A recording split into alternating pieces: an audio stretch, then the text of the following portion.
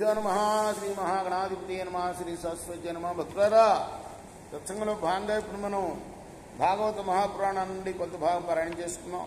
నేటి వరకు 2 స్కందాలు పూర్తి చేసాం. 3వ స్కందాన్ని 82 భాగాలుగా చెప్పుకున్నాం. ఈ రోజున 83వ భాగం ప్రారంభం చేద్దాం. ప్రారంభించే ముందు వ్యాసభావాన్ని ప్రార్థన చేసుకుందాం. వ్యాసాయ విష్ణురూపాయ వ్యాసరూపాయ విష్ణవే నమో వై బ్రహ్మణిజే వాసిష్ఠాయ నమో నమః. సమర్థద్గురు సాయినాథ్ మహారాజ్ కీ జై.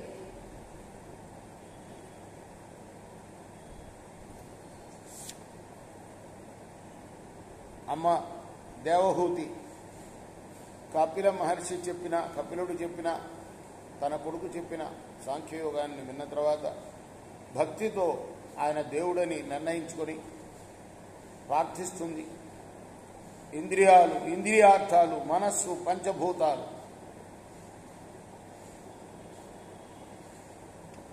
అంటే 5, 5, 10, 11, 5, 16 వీటితో నిండి ఇంద్రియాలు 5, ఇంద్రియార్థాలు 5, మనస్సు, పంచభూతాలు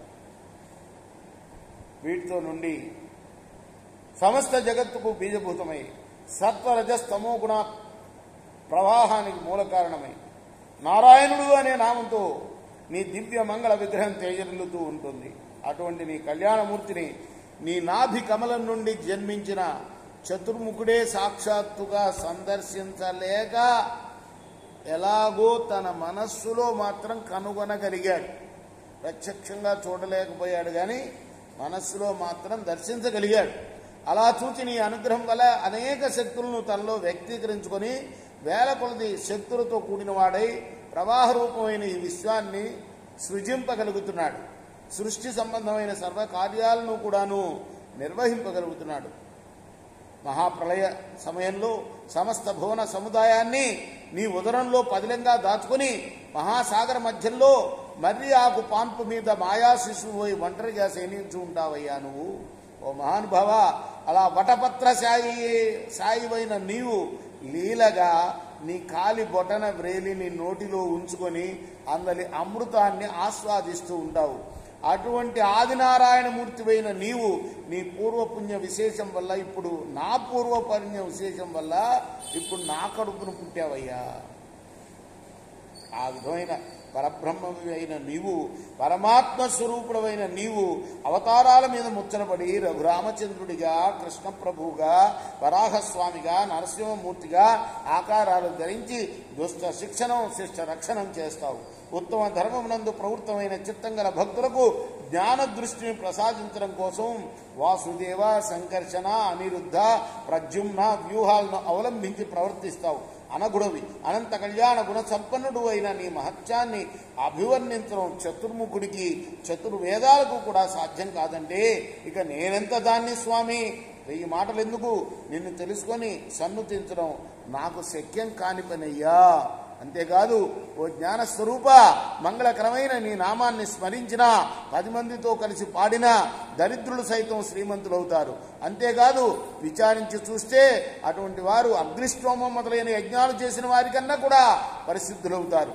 దరిద్రులు మరో విచిత్రమైన విశేషం ఏమిటంటే, భక్తిపూర్వకంగా నీ నామాన్ని జిహ్వాగ్రాన నిలుపుకుని జపించినట్లయితే వాడు కుక్క మాంసం తినే చండాలుడైనా సరే వాడితో బ్రాహ్మణుడు కూడా సాటి కాలేడు సుమా. ఈ పరమార్థాన్ని చక్కగా తెలుసుకున్న సజ్జనులు సర్వదా లోకపావనమైన నీ మధుర కథా సుధా రసాన్ని తనితీరా మనసారా తాగుతారు. అటువంటి వారికి సమస్త పుణ్యతీర్థాల్లో స్నానం చేసిన ఫలం ప్రాప్తిస్తుంది అని ఈ విధంగా వేదాలన్నీ కూడా గొంతెత్తి చాటుతున్నాయి నీ గురించి. అందువల్ల అటువంటి మహనీయులే మాననీయులు, ఉత్తములు, సాధుసత్తములు. అందువల్ల పరబ్రహ్మమువి, పరమపురుషుడివి, వెలుపల లోపల భావించి సంభావింప తగినవాడివి, సకల జీవుల పాపాలను పటాపంచలు చేసేవాడివి, స్వయం ప్రకాశుడివి, వేదమూర్తివి, మహావిష్ణు స్వరూపుడివి అయిన నీకు నమస్కరిస్తున్నాను అని ఆ దేవహూతిని స్తుతించగానే మాతృప్రేమతో నిండిన కపిలుడు కరుణార్ద్ర హృదయుడై, కరుణ రసార్ద్ర హృదయై కన్న తల్లితో అన్నాడు, అమ్మా, సుఖస్వరూపము మోక్షప్రదమైన ఈ యోగ మార్గాన్ని నీకు తేటతెల్లగా వెల్లడించాను. దీన్ని నువ్వు దృఢమైన భక్తితో అనుష్ఠించమ్మా అన్నాడు. రేపు మనం 84వ భాగాన్ని చెప్పుకుందాం. కృష్ణార్పణమస్తు. స్వస్తి ప్రజాభ్య పరిపాలయంతాం న్యాయేన మార్గేణ మహిం మహిషా గోబ్రాహ్మణేభ్య శుభమస్తు నిత్యం లోకా సమస్తాః సుఖినో భవంతు. కృష్ణార్పణమస్తు. సాయి కృష్ణార్పణమస్తు. श्री सच्चिदानंद सद्गुरु साईनाथ महाराज की जय.